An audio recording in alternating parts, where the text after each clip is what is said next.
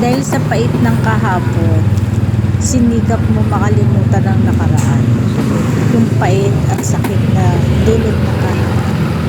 Nakapag-move on ka na. Pero may mga bagay at pagkakataon talaga ibabalik at ibabalik sa iyo yun. At maaalala mo. Pero dahil nakamove on ka na, minsan masarap na lang mag-smile. Makinig dahil nalampasan mo ang lahat.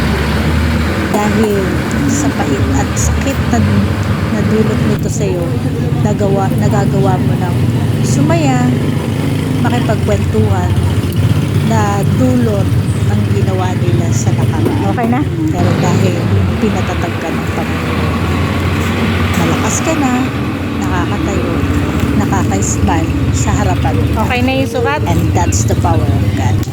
That's the power of Siya, tapos na. everything. Thank you for watching.